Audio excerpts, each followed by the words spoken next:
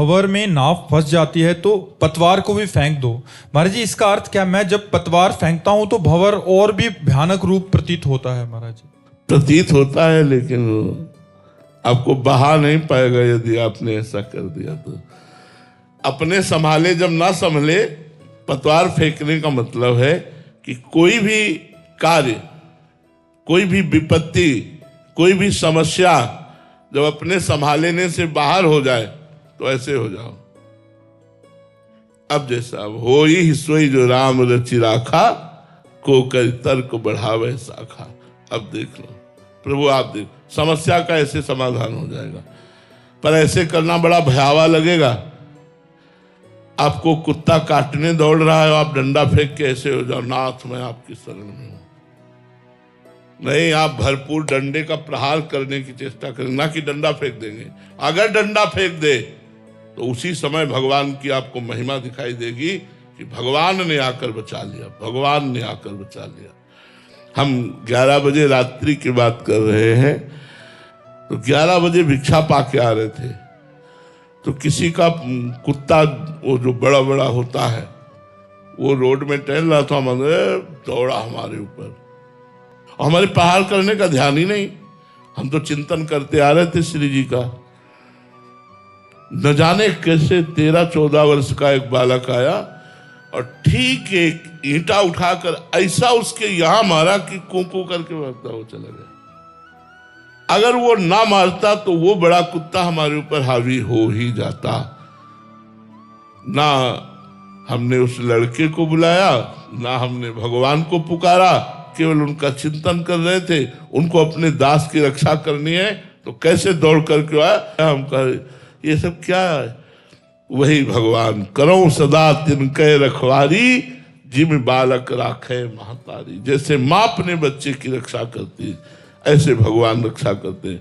एक बार एक जगह हम जंगल में सो रहे थे, तो एक काला सर्प फन काल करके हमारे पैरों के समीप की तरफ आ रहा था। तो एक मोहकुआ नाम का पक्षी वो हमारे सर के पास आकर के बोलने लगा, तो एकदम उठ के बैठे, दिखा रहे।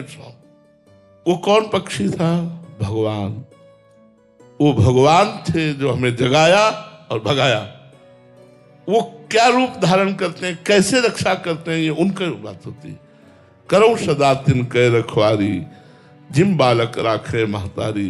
यदि भगवान की शरण में हो तो हर संकट, हर विपत्ति, हर दुख, हर अमंगल वो भगवान किस विधान से नष्ट करते हमें पता नहीं, पर वो नष्ट हो जाएगा।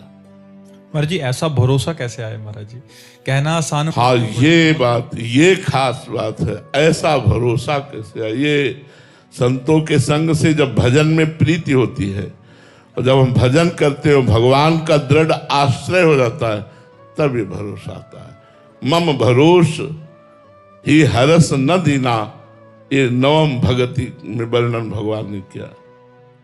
नवम भगति जो भगवान ने वर्णन की, नवम सरल सबसे छलहीना, और मम भरोस ही हरस न दीना। मेरा दृढ़ भरोसा हो जाए, वह फिर तो जीत गए। भगवान पर दृढ़ भरोसा हो गया तो जीत गए। हमने बहुत सी ऐसी समस्याएं अपने जीवन में देखी है जो अगले मिनट में हमको भारी समस्या में फंसा सकती थी, लेकिन भगवान ने ठीक 1 मिनट पहले बचा लिया।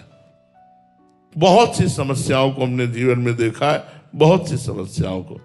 और भगवान ही, सिर्फ भगवान ही, अनुभव हुआ कि ये केवल भगवान ही ने किया है, दूसरा नहीं।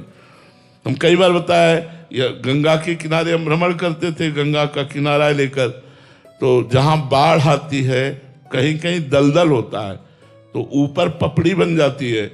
ऊपर से ऐसा प्रतीत होता है बहुत अच्छी भूमि है, और अंदर दलदल होता है। तो हम मस्ती में चले जा रहे थे, पीछे से आवाज आई, ए बाबा सावधान, आगे दलदल है। तो हमने पहले पीछे मुड़ के देखा, कोई नहीं। आगे लकड़ी डाली तो पूरी समा गई।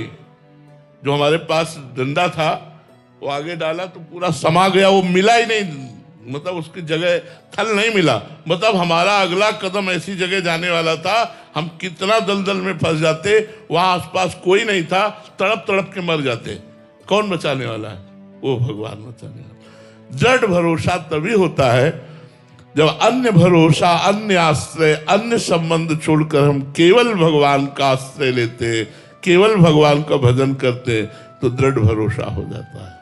महाराज जी इसमें एक समाधान हो। महाराज जी आपने बोला कि जैसे कुत्ता आया और हमने दंड फेंक दिया, हम भगवान के भरोसे हैं, वो जैसा करना चाहें, क्या हमारे अंदर भी वैसा आवेश उस समय दे सकते हैं? वो उनकी ऐसी लीला भी हो सकती है कि हमारे अंदर ऐसा, हमने उनको फटकार दिया या कोई हमें आघात करना चाहे तो हमारे अंदर वैसा आवेश कर दिया। ये भगवान की इच्छा की बात है, ये भगवान की इच्छा की बात है कि जैसे हमने बताया नहीं कि सैनपुर में एक बड़ा कतली आदमी था, तो वो मोटरसाइकिल से वहां जहां लोग नंगे पैर चलते हैं वहां बूट पहनकर मोटरसाइकिल से जा रहा था। हम वहीं रह रहे थे, 2-4 वयोवृद्ध बैठे थे, भगवत चर्चा हो रही थी। तो हमने कहा, ए मोटरसाइकिल से उतर, तेरे को इतना भी ज्ञान नहीं कि बाबा सरकार की तपोभूमि है और तो इस पर मोटरसाइकिल से चला जा रहा, हट पीछे। वो एक नहीं माना, वहां जूता पे। तो सहनशील साधुता में होता है, हमें ऐसा नहीं कि हम खड़े हो जाएं, लड़ने लगे। हमने अपनी बात कह दी। वो 1 मिनट घूमकर ऐसे आया, मोटरसाइकिल स्टार्ट करने, हम कहा, ए यहां मोटरसाइकिल स्टार्ट नहीं होगी, गेट के बाहर कर जाके। मतलब आदेशात्मक था और वो प्रयोगात्मक हो गया कि वो लाख प्रयास करे मोटरसाइकिल स्टार्ट ही ना हो, और उसको घसीट के बाहर ले जाना पड़ा। अब वो जब गया तब लोगों ने बताया, महाराज आपने बहुत गलत किया। हमने कहा, हमने क्या गलत किया? बोले 10 कत्ल किए हुए, ये नामी गुंडा एरिया का है, रोज शराब पिए घूमता रहता है, किसी को भी काट के फेंक देता है, और आप यहाँ अकेले रहते हैं। मान लो एक पंजीरी बाबा नाम के संत, बोले आप संत हैं, आप रहते हैं, कहीं कुछ आकर बवाल ना कर दे आपके साथ। चुपचाप चला गया, हमें तो बड़ा डर लग रहा है। अरे यार, पूरा जीवन भगवान के सहारे, अगर इसी के हाथ से मरना होगा तो क्या डर है। चली गई। सुबह हम गंगा स्नान करके 4 बजे अशोक का बड़ा वृक्ष था, उसके नीचे ध्यान में बैठते थे। तो थोड़ी ही देर हुए थे ध्यान में बैठे हुए कि जूतों की खर खर आवाज पत्तों में होती ना, तो ऐसे आई। तो धीरे धीरे बहिर्मुख हुए। हमने कहा, कौन आ रहा है? इस समय तो कोई आता नहीं। देखा तो वही था। बिल्कुल मुझे भय नहीं लगा, वो भगवान की कृपा। जैसे आपने पूछा कि क्या आवेश भी आ सकता है, तो भगवान भी आवेश, बिल्कुल भय नहीं लगा। उसने आगे कहा, हाँ ए बाबा, कल बड़े बड़े डायलॉग मार रहा था, यहाँ मोटरसाइकिल नहीं, यहाँ जूता नहीं, यहाँ नहीं। चाकू निकाली, ऐसे बोले, जानता है इसको? ऐसे चाकू रखी, और पिस्तौल निकाली, बोला जानता है इसको? ऐसे रखी, बोला अब बोल। बिल्कुल वही बोल, वैसे सिंहवत एकदम आवेश आया, और कमंडल गंगा जी का खोला ढक्कन। हमने कहा, इसको जानता है? इसे गंगा जल कहते हैं। तू है और मैं हूं, उठा चाकू और अपनी ये बंदूक पिस्तौल, चला हम पर। उस समय का वो आवेश देख करके वो अपनी पिस्तौल अपनी जेब में डाला और भागते नजर आया, भागते नजर आया। दोबारा बोला भी नहीं, हमारी तरफ देखा भी नहीं। कौन था? वो भगवान ने उसे भय प्रदान किया। और निश्चित ऐसा नहीं कि मैं केवल ऐसे बोल रहा, निश्चित मंत्रों में ऐसी सामर्थ्य है कि आज भी आप नष्ट हो सकते हैं। यदि साप दे दिया जाए और आप भजन करते हैं तो निश्चित नष्ट हो जाएंगे। कोई खिलवाड़ नहीं, भजन तपस्या कोई खिलवाड़ नहीं है, पर होनी चाहिए। अब दिन भर झूठ बोलते बोले तुम्हारा नाश हो जाए तो हो जाएगा क्या? दिन भर बेईमानी करते हैं, तुम्हारा कुछ बोलो जाओ तुम सुखी रहो, सुखी रहेगा क्या? दिन भर भजन करते हैं, बोला सुखी रहो, अब उसका मंगल नष्ट हो जाएगा। मतलब वैकुंठ से पतन करवा दिया। भजनानंदी संत ने वैकुंठ में अखंड वास करने वाले जय विजय को 3 जन्म के लिए पतन करा दिया। भजन में बहुत बड़ा बल। तो कभी कभी भगवान भी ऐसा आवेश दे देते हैं। भगवान कभी बाहर से बचा लेते, कभी अंदर से बल दे करके बचा लेते, पर वो शरणागत ऐसे रहता है। ये भी भगवान के विश्वास, भगवान का ही बल था। भगवान के ही द्वारा वो आवेश प्रकट हुआ जिससे वो भाग करके गया। मेरे में बल नहीं था। शिवम जी, राधे राधे। महाराज जी, जब जीव लीला में प्रवेश पा जाता है तब उसकी बाहरी व्यवहार कुशलता कैसे सिद्ध होती है? जिन कार्यों में मन में एकाग्रता चाहिए, संकल्प विकल्प की जरूरत होती है, वो कैसे? भगवान हृदय में बैठकर करते हैं, वो नहीं रहता। उस ढांचा उसका होता है और बैठते भगवान है। जैसे अर्जुन का रथ भगवान हाँकते हैं, ऐसे सिद्ध पुरुष के हृदय में भगवान बैठकर व्यवहार का कार्य कराते हैं और वो भगवान की लीला में रहता है, वो भगवान के ध्यान में मगन रहता है। भगवान स्वयं बैठकर कार्य कराते हैं, वो करता नहीं होता है, वहाँ स्वयं भगवान बैठकर कराते हैं। शिवम सिंह जी, राधे राधे महाराज जी।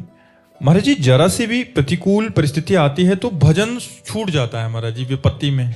नहीं यार, ऐसा नहीं होना चाहिए। जब आंधी तेज आती है तो मजबूत और पकड़ा जाता है, जब विपत्ति आवे तो और जोर से भगवान को पकड़ा जाता है, छोड़ थोड़ी दिया जाता है। ये तो बहुत गलत बात है। संपत्ति आवे और भगवान की याद भूलने लगे, ये तो बात समझ में आती है, लेकिन विपत्ति आवे और भगवान को भूल जाए, ये तो बिल्कुल बात समझ में नहीं आती है। विपत्ति में तो गाढ़ चिंतन होना चाहिए कि नाथ अब तो आप ही निवारण कर सकते हो। ये तो गलत है, गलत है, आपकी स्थिति ठीक नहीं है। साधारण भक्ति का भी नियम है कि अनुकूलता और सुख आने पर भगवान को भूलने के चांस होते हैं, लेकिन प्रतिकूलता और दुख आने पर तो गाढ़ चिंतन होता है, क्योंकि प्रभु के सिवा मेरा कोई है नहीं दुख निवारण करने वाला। तो ये तो बहुत गलत बात है यार, अंदर ये नई बात होनी चाहिए कि प्रतिकूलता जरा सी आई और भगवान को भूल गए। प्रतिकूलता का भय मात्र भगवान से जोड़ दे, ये बात आनी चाहिए। जो सभी तावा सरनाई रखियो ताहि प्राण की नाई, भगवान कहते। थोड़ा और भजन करो, नाम जप करो, थोड़ा हृदय पवित्र हो, तब सही शरणागति हो, तब सही बात आए।